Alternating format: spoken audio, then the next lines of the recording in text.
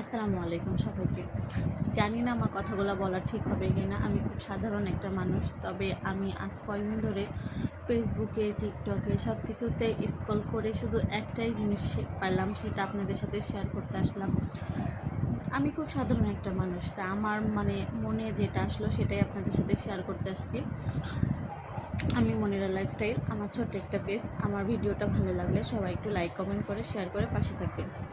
আমাদের বাংলাদেশে রিসেন্টলি একটা খুব মর্মান্তিক ঘটনা ঘটে গেছে, সেটা আমরা সবাই জানি।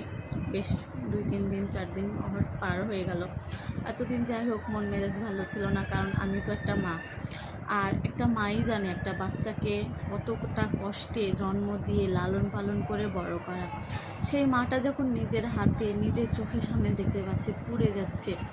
একটা উদাহরণ দিই, যে একটু গরম খাবার আমরা বাচ্চার মুখে দিতে ভয় পাই, যে তার মুখটা যদি পুড়ে না যায়।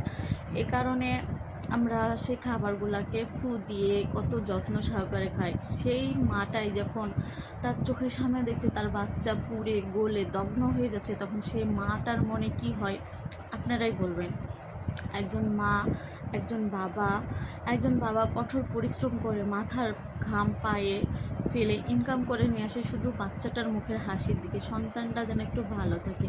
তখন যদি সেই মুহূর্তে খবর আসে কর্মস্থল থেকে যে আপনার বাচ্চা আর নেই, আপনার বাচ্চা পুড়ে, বা কারো মাধ্যমে বা কুরিয়ার দেখা যাচ্ছে যেখানে অগ্নিকাণ্ডে সেই স্কুলে সেই কলেজে আমার বাচ্চাটা, তাহলে ওই মুহূর্তটাতে আমার মনের ভিতর, সেই মা বাবার মনের ভিতর কী হতে পারে আপনারা কেউ কি জানা আছেন?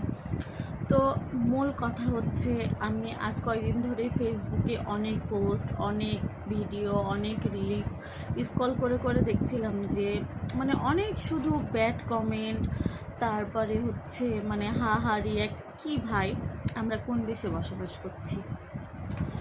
পয়েন্ট নাম্বার 2, যে একটা ওখানে যে অগ্নিকাণ্ড লাগছে, অগ্নিকাণ্ডতে এখন আমাদের মন থেকে আমরা তাদেরকে সাহায্য করব, আশেপাশে আমরা যারা থাকবো সবাই আমরা সাহায্য করার জন্য তাদের কাছে যাব, কিন্তু ওই মুহূর্তে আমরা সুযোগে সদ্ব্যবহার কেন করলাম? মূলত হচ্ছে আমরা পানি তো আমরা নিজে ফ্রি দিব, 20 টাকা কেন নিব? সেটা আমরা নিজের মন থেকে নিজে দিয়ে দিব, যে না, এখানে একটা বাচ্চার জীবন, সে যদি বেঁচে যায় আমার বাচ্চার মতোই তো সেই বাচ্চাটা।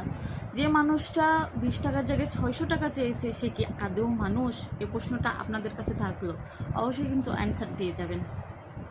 আমি সাধারণ একটা মানুষ হয়ে আপনাদের কাছে প্রশ্ন করলাম, আপনারা সবাই কিন্তু অ্যান্সারটা দিয়ে যাবেন। 600 টাকা সে কোন বিবেকে চাইলো? সে কি কোনো সন্তানের বাবা না, কোনো সন্তানের ভাই না, কোনো মানুষের ছেলে না? তার পরিবারে কি কোনো দিন বিপদ আপদ আসে না? সে কি আদৌ মানুষ?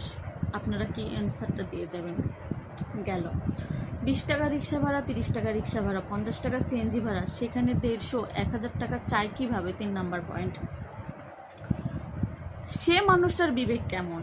আমি তো তাকে নিজ থেকে নিয়ে যাব, যে না, সেও তো কোনো একটা সন্তানের মা, আমারও তো এরকম একটা সন্তান বাসায় আছে, আমারও একটা সন্তান আছে। আজ 3 দিন ধরে আপনারা বিশ্বাস করবেন কি না, যে আমার সন্তানটাকে আমি আমার এতটা পরিমাণে ভয় লাগছে যে আমি স্কুলে পাঠাই না 3 দিন ধরে।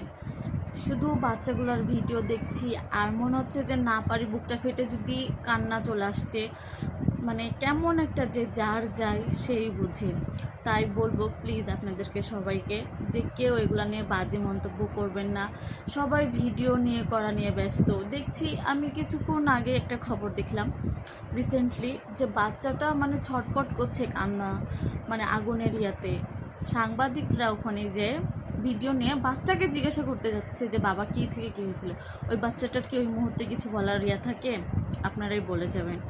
তাই বিধায় আসুন আমরা একে অপর, আমরাও কিছু করতে পারবো না, আমরা দূর থেকে শুধু দোয়া করব যেন আল্লাহ যেসব সন্তানদেরকে বাঁচিয়ে রেখেছেন, আহত অবস্থায় আছেন, তাদেরকে যেন সুস্থ সবল রাখে, তার মায়ের বুকে তাকে ফিরিয়ে দেয়। আর যারা গেছে আমরা তাদের জন্য দোয়া ছাড়া কিছুই করতে পারবো না। আর যে মা বাবার বুক খালি করেছে, আল্লাহ যেন তাদেরকে সন্তুষ্ট করেন, আল্লাহ তাদেরকে ভালো রাখুক, আল্লাহ তাদেরকে ধৈর্য শক্তি দিক, এটুকুই।